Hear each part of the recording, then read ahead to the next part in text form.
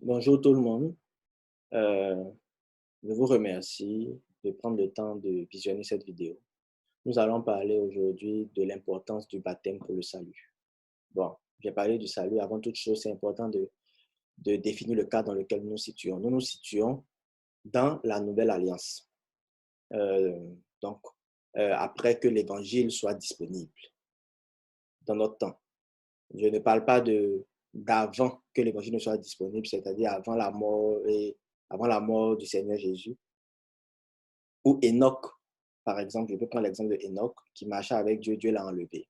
Il n'avait pas besoin de se faire baptiser. Donc, c'est important de définir le cadre ou le baptême dont je parle, le baptême du Saint-Esprit, le baptême d'eau particulièrement, c'est le baptême d'eau pour lequel nous allons parler maintenant, est important pour notre salut. Donc, bon, rapidement, comme j'ai parlé de l'évangile, on va définir l'évangile. L'évangile est défini dans 1 Corinthiens 15. On va aller vite. Je vous rappelle, frères, l'évangile que je vous ai annoncé, que vous avez reçu, dans lequel vous avez persévéré et par lequel vous êtes sauvés. Si vous le retenez tel que je vous l'ai annoncé, autrement vous auriez cru en vain. Je vous ai annoncé avant tout, comme je l'avais reçu, que Christ est mort pour nos péchés selon les Écritures, qu'il a été enseveli et qu'il est ressuscité le troisième jour selon les Écritures. Donc, l'évangile, c'est la mort, l'ensevelissement et la résurrection de Christ.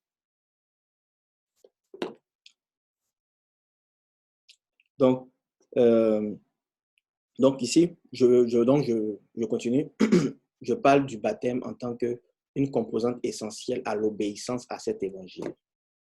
Et je pense que le salut, comme je n'ai pas aussi défini réellement comment on obtient le salut, mais pour savoir comment on obtient le salut, c'est simple. Si on prend par exemple ce Acte 2, 38, le jour de la Pentecôte, lorsque le Saint-Esprit a été disponible, Pierre prêchait et les gens qui étaient là ont écouté et ils ont eu le cœur touché, ils ont demandé qu'est-ce qu'il doit faire. Rappelons que Pierre, c'est celui à qui Dieu a remis les clés de l'Église, c'est-à-dire c'est lui qui ouvre l'Église. Donc après avoir entendu ce discours, ils eurent le cœur vivement touché et il dit à Pierre et aux autres apôtres, hommes, frères, que ferons-nous? Et Pierre maintenant va leur dire ce qu'il doit faire. Repentez-vous et que chacun de vous soit baptisé au nom de Jésus-Christ pour le pardon de vos péchés et vous recevrez le don du Saint-Esprit. Donc, pour entrer dans l'Église, il y a la repentance, le baptême au nom de Jésus-Christ et vous allez recevoir le don du Saint-Esprit, le baptême du Saint-Esprit que Dieu lui-même il donne. C'est un don. Et maintenant, est-ce que c'est suffisant lorsqu'on est à l'intérieur de l'Église? Non, ce n'est pas suffisant. Il faut aussi vivre en nouveauté de vie, il faut vivre la vie de sanctification. Et Hébreu 12 nous dit clairement, recherchez la paix avec tous et la sanctification, c'est Hébreu 12, verset 14, et la sanctification sans laquelle personne ne verra le Seigneur. C'est-à-dire, sans la sanctification, personne ne verra le Seigneur. Donc, je parle des questions du salut, c'est-à-dire des choses importantes pour notre salut, parce que nous avons envie de rencontrer le Seigneur, nous avons envie d'être dans le royaume des cieux.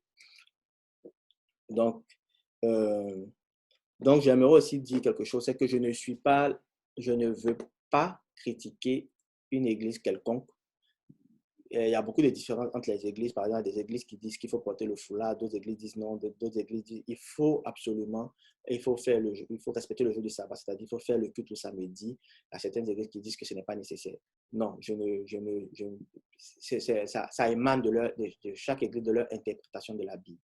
Moi, ce dont je veux parler, c'est du salut. Et je pense que pour la question du salut, la Bible devrait être claire, c'est-à-dire qu'on ne devrait pas avoir de possibles interprétations de la Bible. La Bible devrait être claire en ce qui concerne le salut. Et je crois que la Bible est claire concernant le salut, parce qu'elle aurait manqué son but. Donc, nous allons nous baser sur la Bible. Et il y a un livre que j'avais déjà lu avant à l'époque, quand j'étais plus jeune, de Descartes, Les règles de la direction de l'esprit.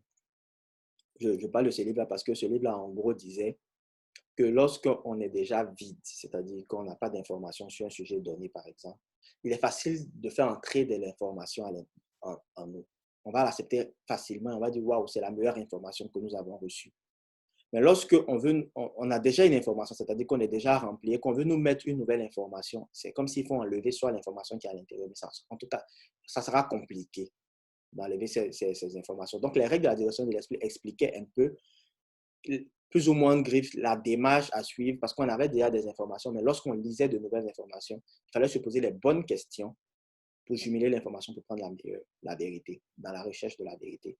Ce qui veut dire que, genre, je rappelle ça juste pour dire que je vous invite à vous poser les bonnes questions. C'est-à-dire que sur ce qui fonde, ce sur quoi vous vous fondez, posez-vous la question, est-ce que c'est écrit bibliquement? Qu'est-ce que la Bible dit sur ça? Ou bien sur quoi est-ce que je me base bibliquement pour dire que ce que je crois est vrai?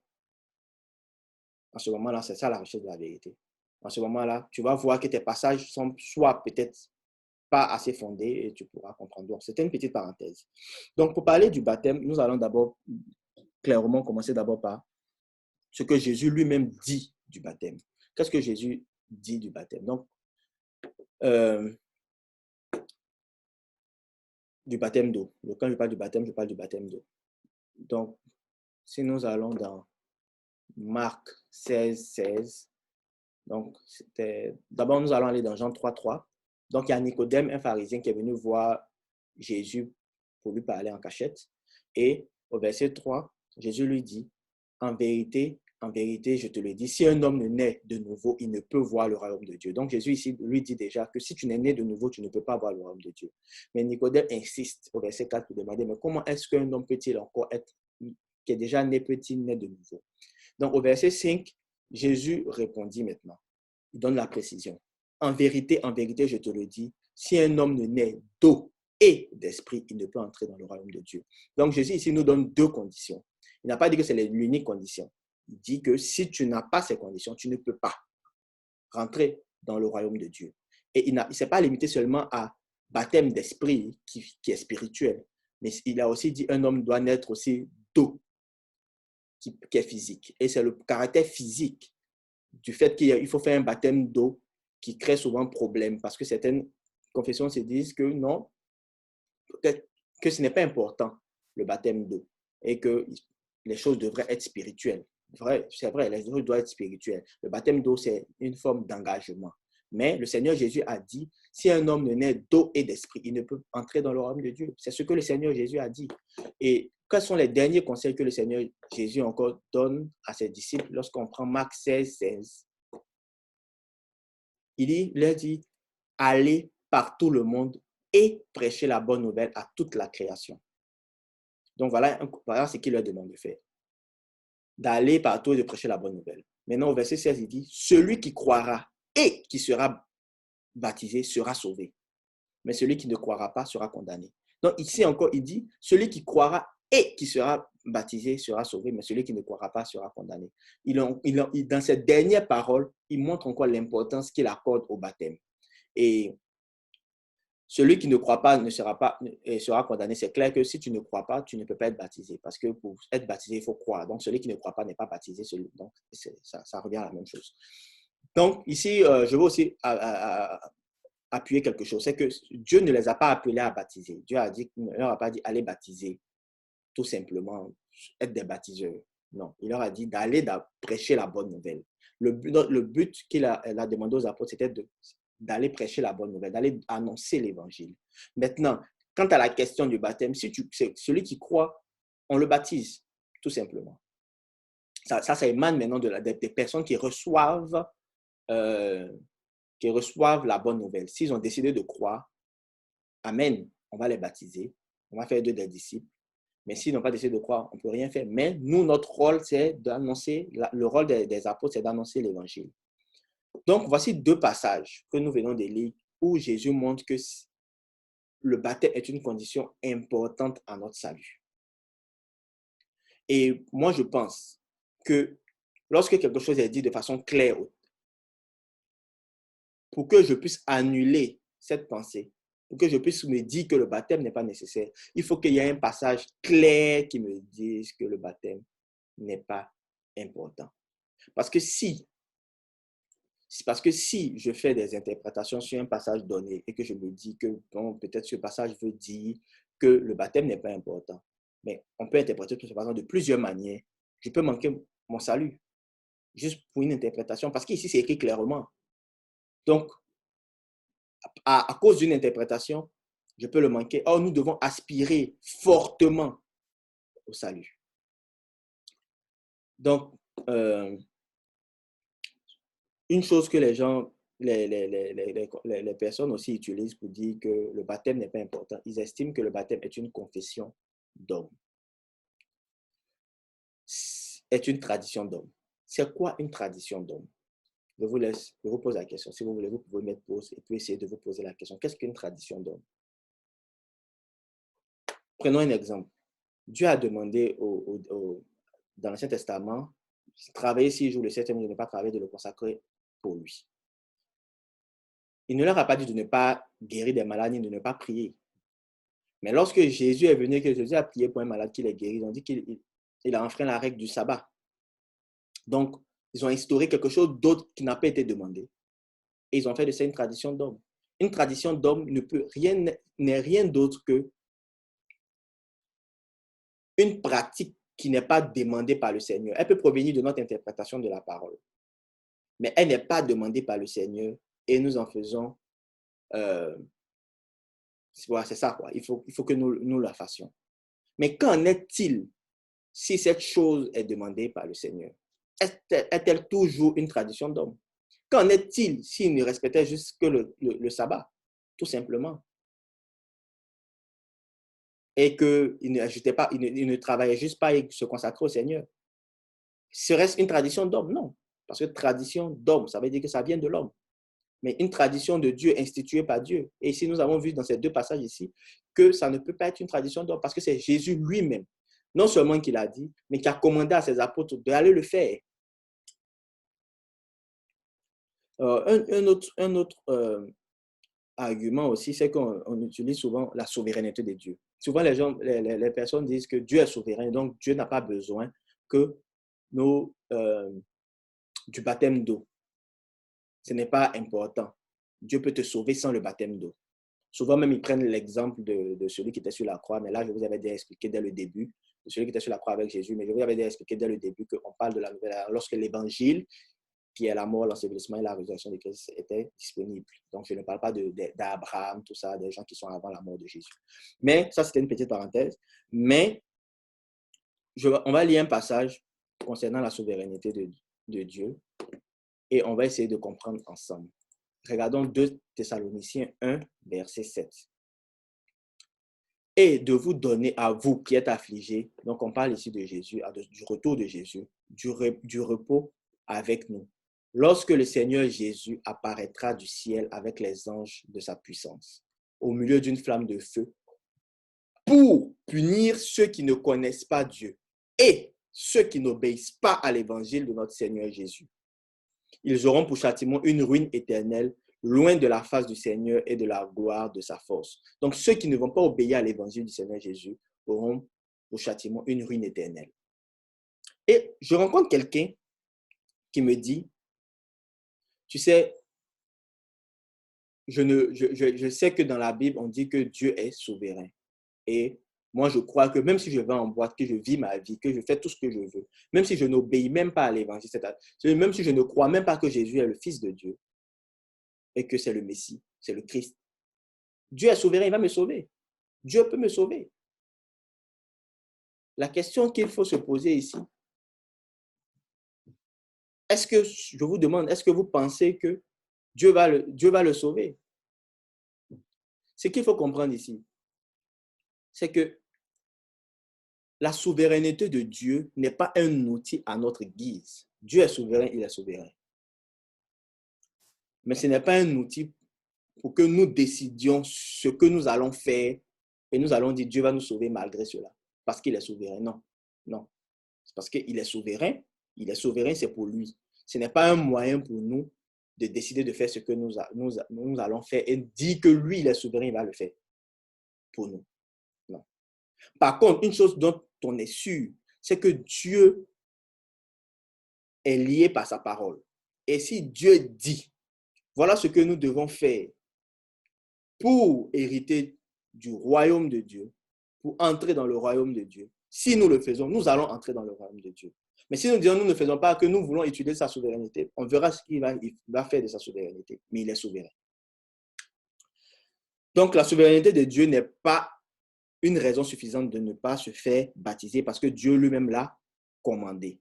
Sinon, on peut avoir de grosses surprises. Sa souveraineté n'est pas pour nous, mais elle est pour lui. Donc, je vais aussi énumérer les passages sur lesquels les personnes, des passages rapidement de la Bible que les personnes utilisent pour dire que Dieu, le baptême n'est pas nécessaire. D'abord, l'un des premiers passages, c'est 1 Corinthiens 1, verset 17.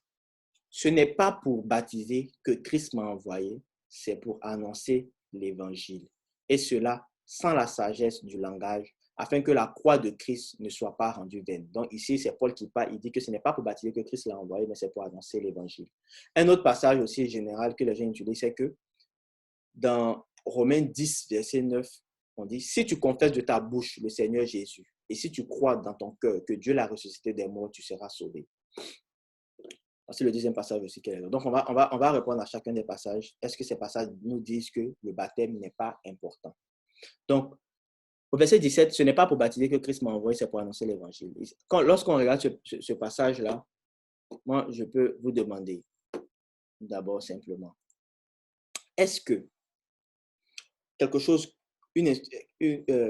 que Jésus lui-même a institué en disant que c'était une condition sine qua non, est-ce que juste dire que ce n'est pas pour baptiser que Christ m'a envoyé est suffisant pour dire que ce n'est plus nécessaire? Est-ce que c'est suffisant pour dire que le baptême n'est plus nécessaire?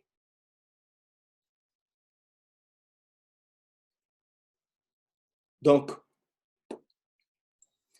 comme je l'avais déjà montré, Dieu a appelé à annoncer l'évangile. Il n'a pas dit d'être des baptiseurs. Dieu les a appelés à annoncer l'évangile. Donc, dire simplement que ce n'est pas pour baptiser que Christ m'a envoyé, c'est pour annoncer l'évangile. Ce n'est pas nécessaire, ce n'est pas suffisant pour annuler une phrase claire que Jésus lui-même a dit, si tu n'es pas né d'eau et d'esprit, allez partout, celui qui croirait qu'il sera baptisé sera sauvé. Ce n'est pas suffisant. Mais regardons même le contexte dans lequel Paul nous le dit. En général, même quand Paul se présente, il dit Paul, apôtre de Jésus, a mis à part pour annoncer l'évangile. Donc, je vous exhorte, on commence au verset 10 dans le contexte. Je vous exhorte, frères, par le nom de notre Seigneur Jésus-Christ, à tenir tous un même langage et à ne point avoir de divisions parmi vous, mais à être parfaitement unis dans un même esprit et dans un même sentiment. Car, mes frères, j'ai appris à votre sujet que les gens de Chloé, qu'il y a des disputes au milieu de vous. Donc, déjà, il y a des disputes au milieu d'eux. 1. Je vais dire que chacun de vous parle ainsi, donc il explique un peu. Moi, je suis de Paul, moi, je suis d'Apollos, moi, je suis de Céphas, moi, de Christ. Et il répond, il continue. Est-ce que Christ est divisé? Point important. Donc, ça veut dire que Christ n'est pas divisé. Paul a-t-il été crucifié pour vous? Aussi, un point important. Ça veut dire que la crucifixion de Jésus est importante.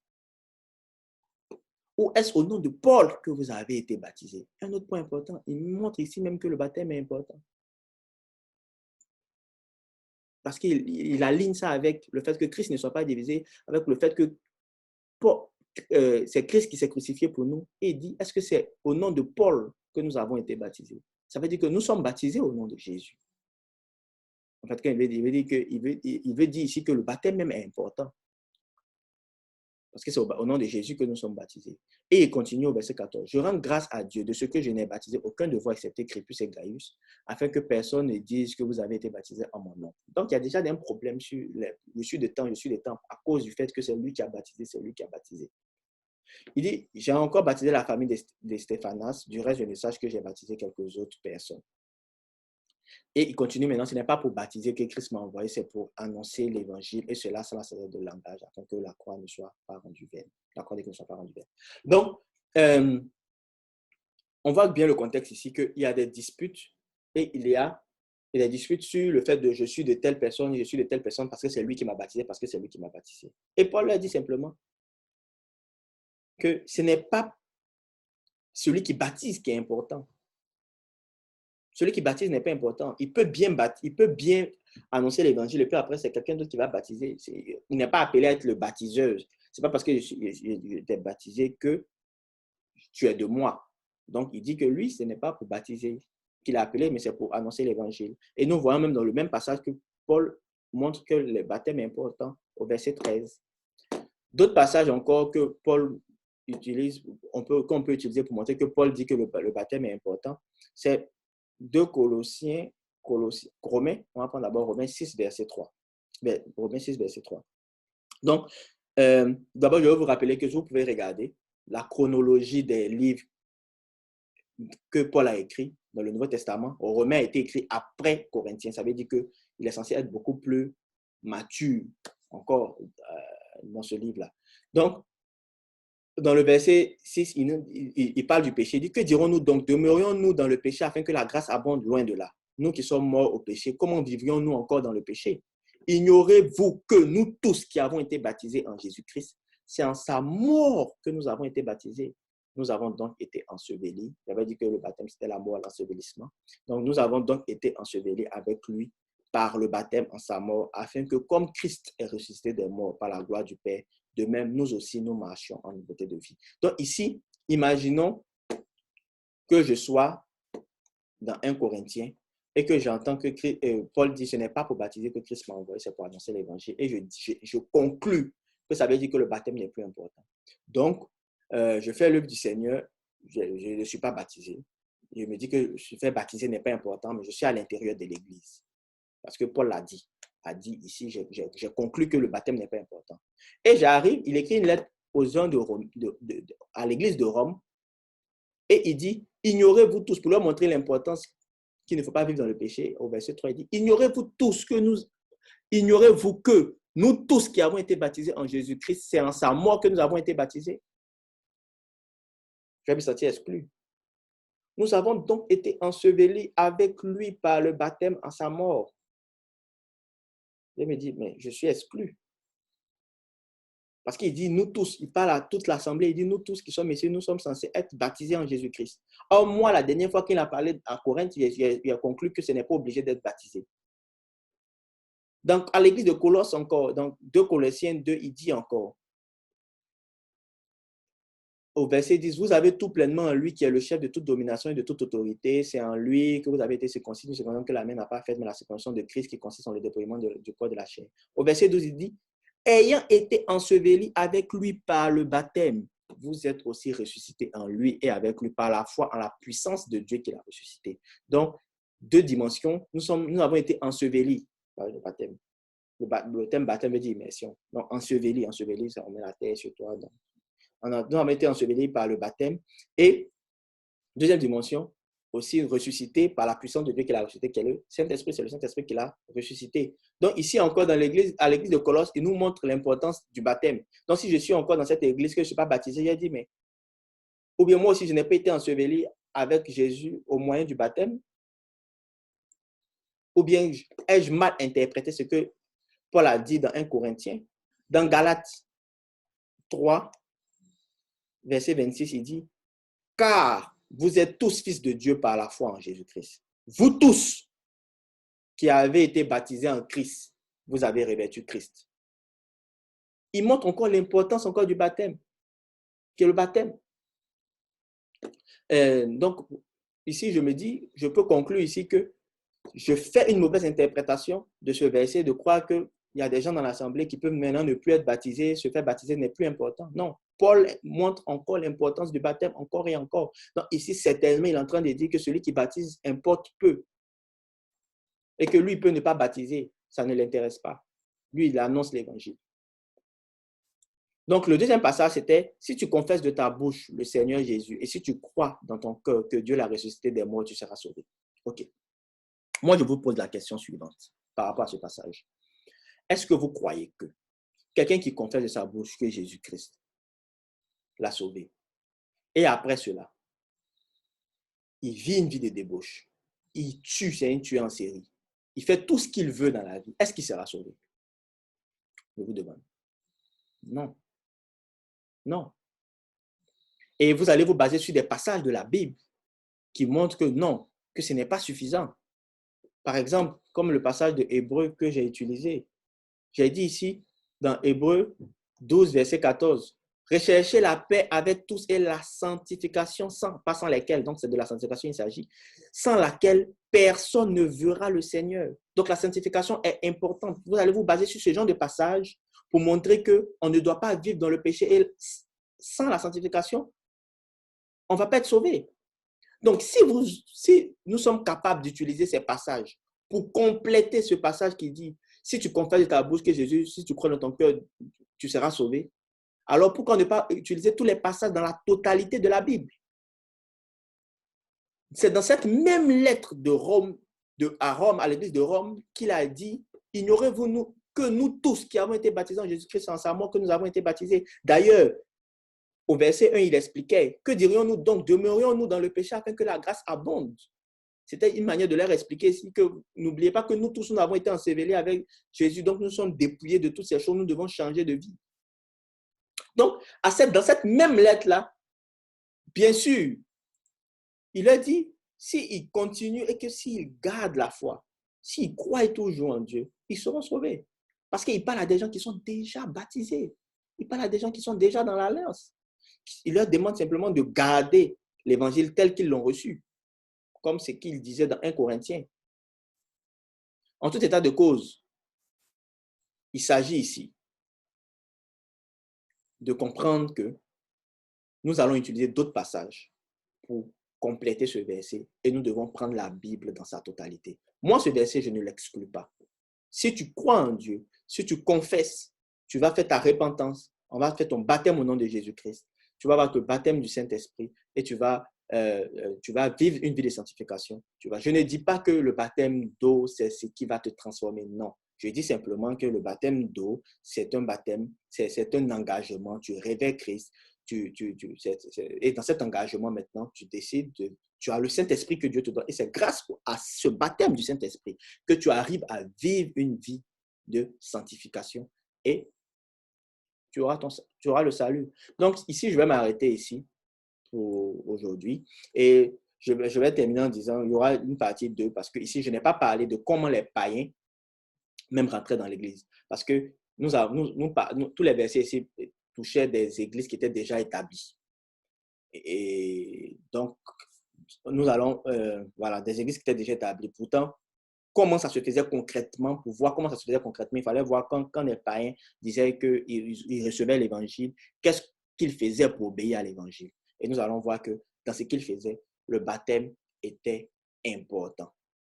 Donc, merci de m'avoir écouté pour cette première partie sur l'importance du baptême. La deuxième partie viendra qui parlera de comment les païens acceptaient l'Évangile.